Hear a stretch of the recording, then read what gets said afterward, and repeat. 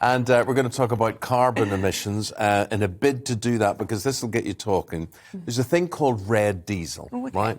They use it in building and they use it in farming. And it's basically, they mark diesel because it's taxed at a different rate. So you can't use it in your car. Well, you can use it in your car, and there's a big trade in that. But actually now there is talk about taking this away from the construction industry, taking this away from farming as well. And this move, controversial, is being seen as a tax hit on the industry rather than being a green step forward. Yeah, and the timing of all of this could be especially damaging when costs are already rising. Our man in Northern Ireland, Dougie Beattie, has all the details. This is basically subsidies in a jar. It's red diesel. It pays less tax than ordinary white diesel, and it was brought about so as vehicles like this behind me could run more cost effectively.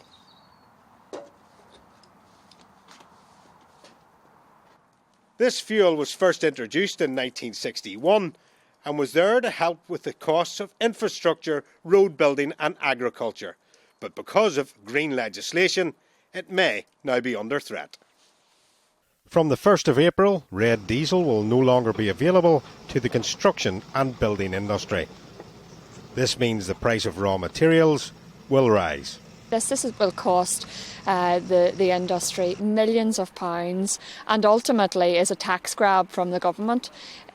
We have consulted with industry leads. This will impact construction, waste management. It will also impact hauliers who are hauliering fresh food. And it's important that the government get the message loud and clear that this will put construction firms out of business, and it will see mass job losses across the industry. With the cost of living on the up and the private sector only in recovery from a pandemic, the shock of the loss of a subsidy will cause financial pain that has to be passed on. The cost will be passed on a number of fronts. Within our sector, the big concern is that we carry out most of the work in the north for the government, and so therefore the cost increases, we will eventually pass those on to government, either on existing contracts or on future contracts that we will be pricing. Countries such as the south of Ireland will still be using its subsidised fuel, and this makes competition a problem on an island with no borders. That is one area that's of concern.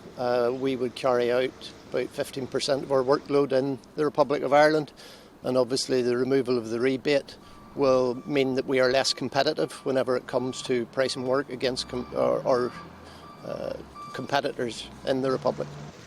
This green policy will be rolled out right across the UK, and with so many machines on sites full of white diesel, theft will only add to the problems.